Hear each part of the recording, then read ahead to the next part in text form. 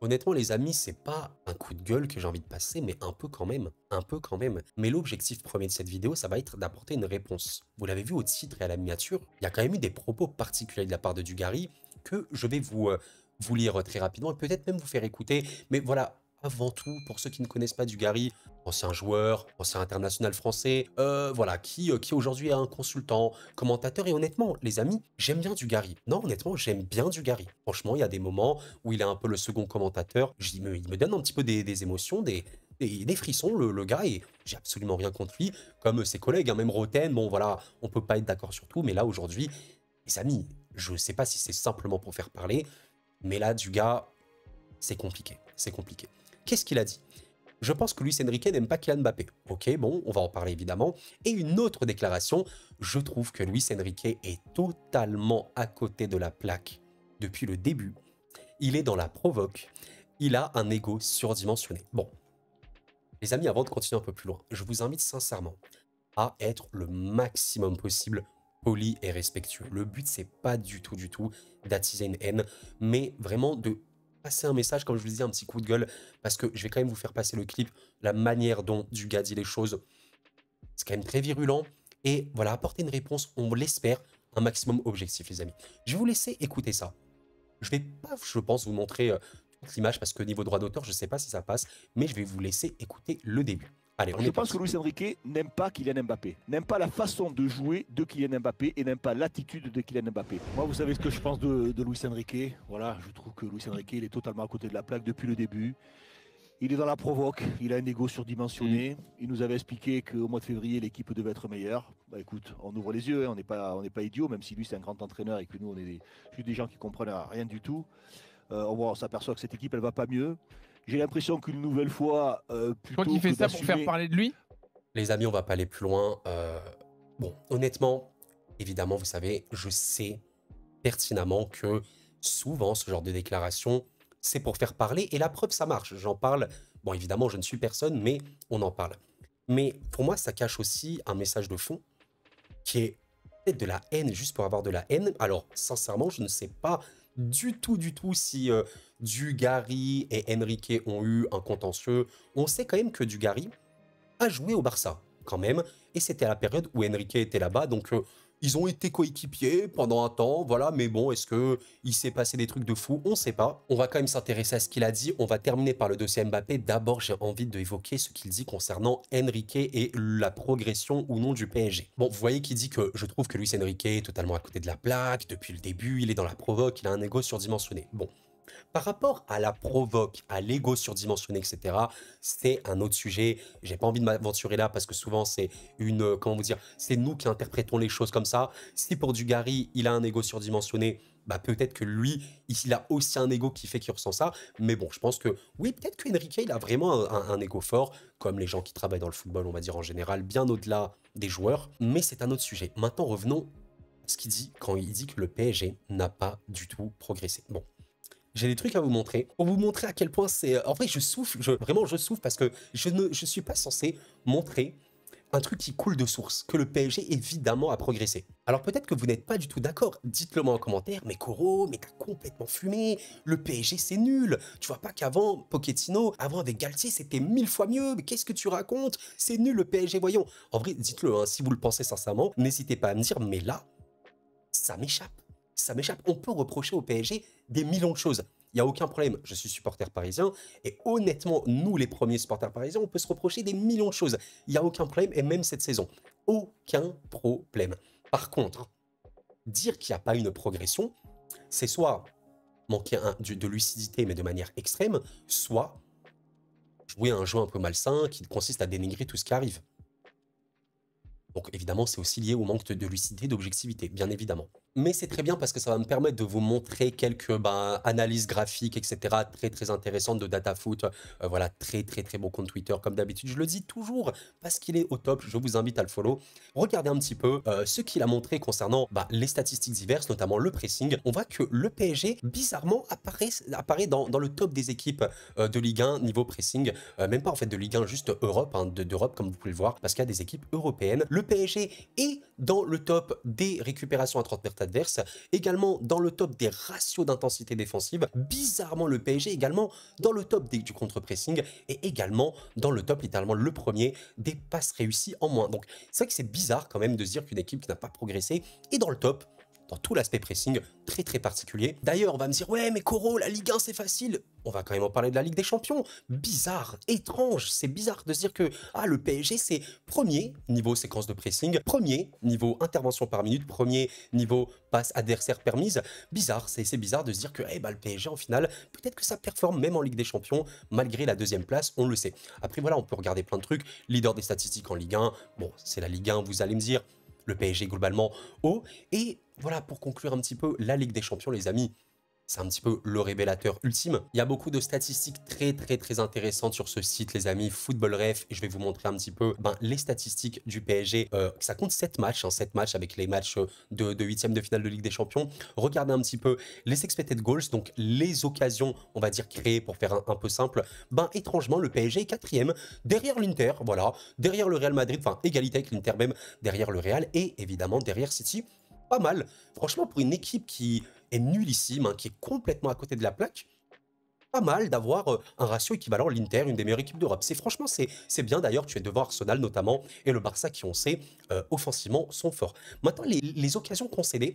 Alors, étrangement, le PSG est assez haut. Voilà, 6,9 occasions concédées, on va dire grosso modo. C'est bien, c'est grosso modo. Voilà, derrière Porto, Barça, l'Inter, Real Sociedad, Arsenal et City. Mais tu es assez haut.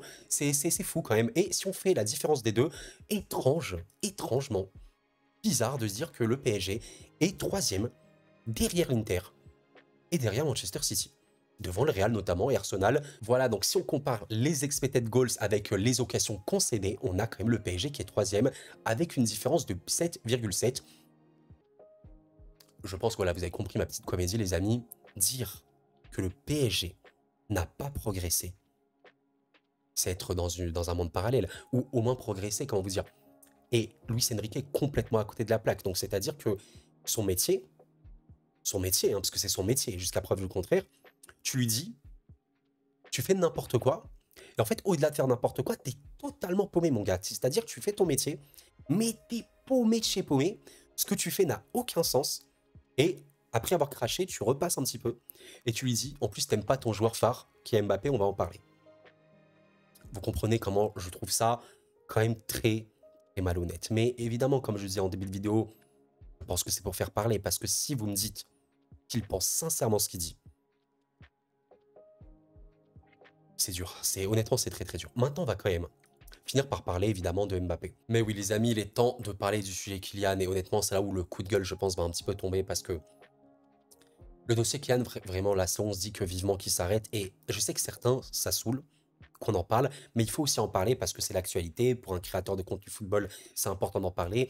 Et là, ça va me permettre de donner un avis concret, vraiment important sur ça. Vous avez même vu que Kylian va être invité à l'Elysée avec le président Macron, avec le président Nasser, avec l'émir du Qatar, avec plein de trucs. Et aujourd'hui, en fait, j'ai une impression. Dites-moi ce que vous en pensez sincèrement. Mais aujourd'hui, on ne peut pas attaquer Mbappé. On ne peut pas critiquer Kylian. En mal, en tout cas. Si tu le critiques en mal, tu te prends, encore une fois, les amis, je vais remontrer un truc qui me semble ahurissant, parce qu'en plus, il n'y a pas que du gars, il y a également Manu Petit. Regardez un petit peu. Voilà, toutes les déclarations. Manu Petit qui dit également quel grand club sur la scène européenne se comporte comme ça avec sa star. Et je suis le seul à être halluciné ou pas? Sincèrement. Et peut-être que c'est moi qui suis complètement perdu, hein. Peut-être que ouais, je suis aussi à côté de la plaque, mais vraiment, j'insiste, j'ai l'impression d'être halluciné. Il y a eu un remplacement d'un joueur de football dans un match de football. Ok, on est bien d'accord. Un remplacement d'un joueur de football dans un match de football. Et il y a ce genre de déclaration qui sort en mode, mais MDR, complètement à côté de la plaque. C'est comme ça que tu respectes ton joueur star. On n'a jamais vu ça en Europe. C'est moi qui suis à l'envers ou c'est le monde qui est à l'envers? Ça, hallucinant. Et c'est là où, voilà, le coup de gueule, j'ai envie de le passer. Il faut comprendre un truc. Vraiment, je ne veux... Évidemment, je ne suis absolument personne j'insiste, je n'ai pas de choses à apprendre aux gens. Je sais que certains peuvent le prendre très très mal, en mode ouais mais attends tu veux nous apprendre la vie, c'est pas du tout le cas. Ce que je veux dire par là c'est que là il faut comprendre quelque chose de très très très très très clair. Kylian Mbappé est un joueur de football, c'est un humain. Comme tous les humains sur cette terre, il peut faire des bonnes choses et il peut faire des erreurs, tout simplement. On parle d'un match de football, ok. Rennes, jusqu'à preuve du contraire, est une des meilleures équipes en Ligue 1 cette saison, du moins depuis 2024, quand même, hein, je pense. Voilà, qui actuellement, eux, est 7ème de Ligue 1, qui a invaincu, je crois, sur toute l'année 2024. Je pense que c'est la meilleure équipe de Ligue 1 derrière Brest et derrière le PSG cette année 2024. Bref, petite parenthèse. Donc, ton joueur phare, oui, ta star ultime, c'est Kylian, évidemment, qui va partir, on est bien d'accord. Ce joueur-là, il fait un match nul. Il n'y a pas d'autre mot, il fait un match nul. Voilà, c'est un de mes joueurs préférés, j'aime énormément Kylian, il n'y a aucun problème là-dessus. Il est nul dans le match. C'est pas le seul, bien sûr que c'est pas le seul. Barcola a été nul, mais je peux vous le dire les gars, Barcola a été nul, dégueulasse, Ruiz a été dégueulasse, Kylian a été nullissime, il a été pourri. Voilà, il n'y a rien de honteux à dire ça. Ok, c'est un match de football. Donc, le coach se dit, on va le faire changer. Évidemment qu'à une époque, c'était peut-être moins le cas, parce que à une époque, on savait le pouvoir qu'il a Kylian au PSG, on sait que voilà, ils veulent le prolonger. Donc, il fallait pas, si vous voulez, attention, contrarier Kylian, on ne sait pas. Maintenant, on sait à peu près tout ce qui va partir. Donc, le coach se dit, bon, je vais le faire, je vais remplacer Ramos, d'ailleurs, qui a marqué, qui a fait un très bon match. Ok, donc là, on parle vraiment d'un match de football, on est bien d'accord. Rendez-vous compte que de ça est né cette... je suis désolé, mais limite, ces insultes. Parce que pour moi, c'est des insultes. Quand tu es là, tu parles à une radio publique, tu es en mode, tu craches littéralement sur quelqu'un. Mais Luis Enrique, franchement, je pense qu'il s'en fout de tout ça. Mais il entend ça, mais je me demande sincèrement ce qu'il pense de Dugarry, de Petit et tout. Je me demande premier degré. Parce que c'est réellement un manque de respect. Vous, derrière votre écran, peut-être que vous travaillez, vous avez un travail, un boulot, peut-être que vous êtes étudiant et lycéen, j'en sais rien. Bref, vous avez quelque chose que vous faites tous les jours et on vous dit « Ah, toi, ouais, qu'est-ce que tu fais, mon gars? C'est dégueulasse. C'est ignoble ce que tu fais. Attends, je vais cracher sur toi 2 secondes. Voilà, voilà, j'ai craché. C'est dégueulasse. » Et sachant que la personne qui te dit ça, lui, n'est absolument pas dans ton domaine.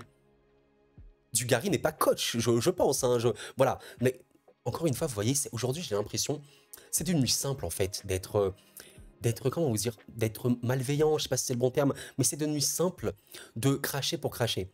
C'est devenu simple de critiquer, de cracher sa haine plutôt, juste pour la cracher. C'est vraiment devenu d'une simplicité extrême. Là, il y a eu un fait de jeu. Voilà, le joueur star, oui, star, ok, certes. Kylian a été remplacé. Ça lui a fait un procès à Enrique. Je trouve ça hallucinant. Hallucinant. Et donc, oui, les amis, vivement que ce dossier Kylian se termine parce que, au-delà de l'aspect sportif, vous vous rendez compte à quel point on est sur un niveau de toxicité extrêmement fort avec ce joueur au PSG, qui l'ait choisi ou non. Peut-être que Kylian n'a pas du tout choisi ça, ou peut-être que oui, peut-être qu'il provoque ça. Ça, c'est un autre débat, mais on est arrivé à un taux de toxicité extrême.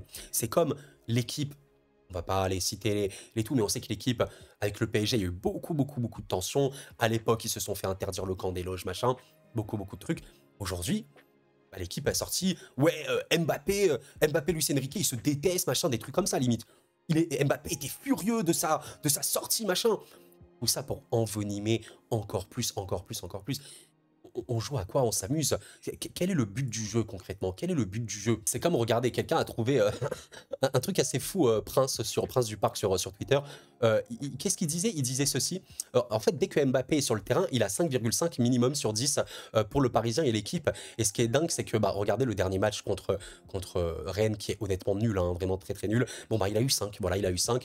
Barcola a eu 3. Et honnêtement, c'est une note méritée. Mais pourquoi 5? Et voilà, c'est là où aussi on se dit que, en fait, c'est très paradoxal parce qu'il y a en même temps, vous savez, ce cliché en France de dénigrer aussi les sportifs français, de se dire ouais, la France est nulle, c'est mieux ailleurs. On est d'accord. Il y a quand même pas mal ce cliché qui est ancré en France, malheureusement. On devrait aussi profiter de nous, de ce qui se passe bien dans ce pays. Enfin, Brest, ces dernières semaines, j'ai jamais vu autant de gens dénigrer Brest en mode ouais, Brest va nous taper la honte en Europe, Brest c'est nul, etc. Brest ne mérite pas. Je trouve ça hallucinant quand même. Franchement, c'est triste, et voilà. Mais il y a ce paradoxe en même temps de se dire que ben, Kylian, c'est Kylian. Il faut pas y toucher. Kylian, c'est Kylian. Et évidemment, vous savez, les amis, aussi ce que ça signifie, ce genre de choses. Les coulisses, le jeu des médias, la manipulation médiatique. Vous le savez très bien, les clans existent. Vous savez très bien qu'il y a des gens qui tirent les ficelles. Et évidemment que s'il y a des gens du clan de Kylian qui manipulent les médias en leur disant « vous touchez pas à Kylian », en leur disant « vous dites ça, ça, ça, sur ça, ça, ça », évidemment que c'est beaucoup plus simple. Vous comprenez très bien. Donc ça, c'est un jeu. C'est un grand jeu. Mais honnêtement, les amis, est-ce qu'on n'en a pas marre de ce jeu? Je pose la question, est-ce qu'on n'en a pas marre de ce jeu? Vraiment, je vous pose la question.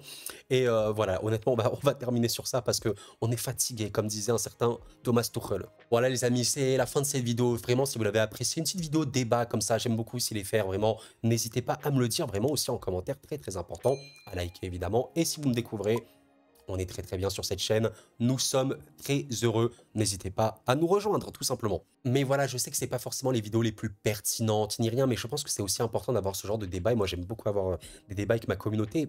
On a la chance d'être de plus en plus nombreux, donc autant en parler. Il y a, vous savez, dans le football, on peut traiter de plein de sujets, les analyses de matchs, etc., etc.